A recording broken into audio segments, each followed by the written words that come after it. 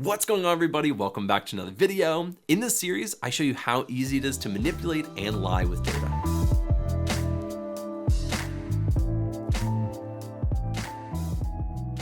Now, I don't know about you, but I don't really trust the news anymore. When they show me graphs and charts, I'm like, I gotta see the data. And so in this video, I'm gonna show you how easy it is to manipulate percentage of change when you're omitting something like the baseline. So let's jump onto my screen and take a look. So let's take a look at this data. Now, all we're looking at is the increased percentage in sales for different products. We have iPhone 14, Galaxy, PlayStation, Tesla Model 3, Nike Air Max. These are just different products out in the world.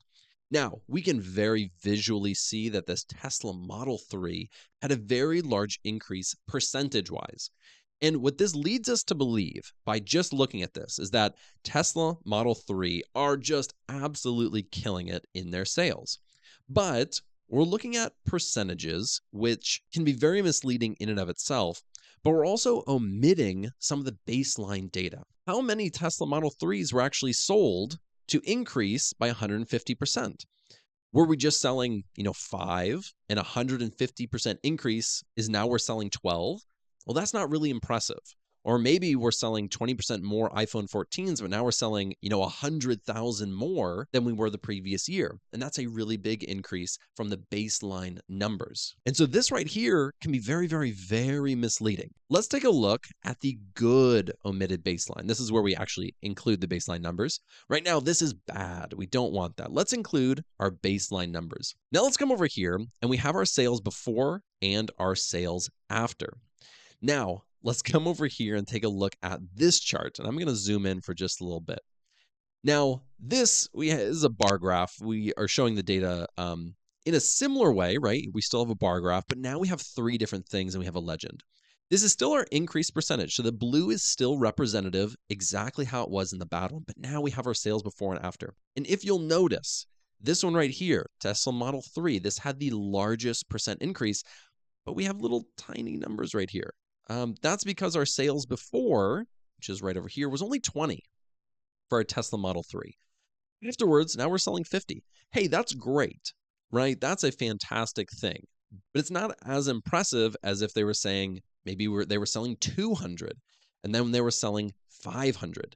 That would be much more impressive. We'd be like, whoa, we have a huge increase in actual numeric value, not just percentage increase. And so if we change that back, it's not as impressive. What's actually probably the most impressive is this Nike Air Max right over here. Just by volume, we have a much larger amount here. Now, with this being said, you can still go even further in this. We could do a cost breakdown of how much actually costs to create the Tesla Model 3 versus what they sell it for the Nike Air Max, et cetera, and do a cost analysis breakdown. You can dive into this. But in its core, if we really just look at this, when you do something like a percentage increase and you omit those baseline numbers, it is very easy to be misleading about, what's actually happening with the underlying data. Because right here, it makes it look like iPhone 14s, they're not doing so hot. Only did a 20% increase. And Tesla Model 3s are killing it. But then when we look at the data, looks like iPhone 14s actually have a pretty large increase because the 20% increase is on an already large number.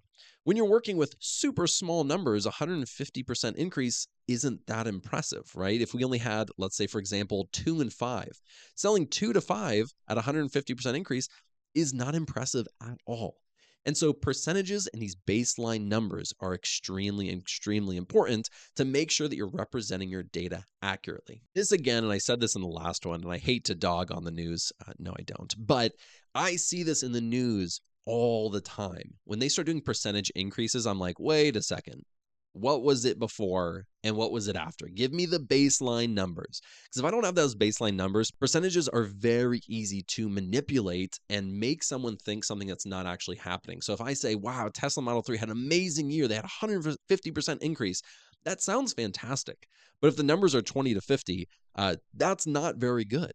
And so understanding those baseline numbers, knowing how to represent them and show them in a chart or a graph is very important. And a lot of people online mess this up all the time. They just look at the percentage change. They don't show the baseline numbers, and it drives me crazy every single time. So I hope that this was helpful so that you don't make this same mistake when representing your data. If you like this video, be sure to like and subscribe, and I will see you in the next one.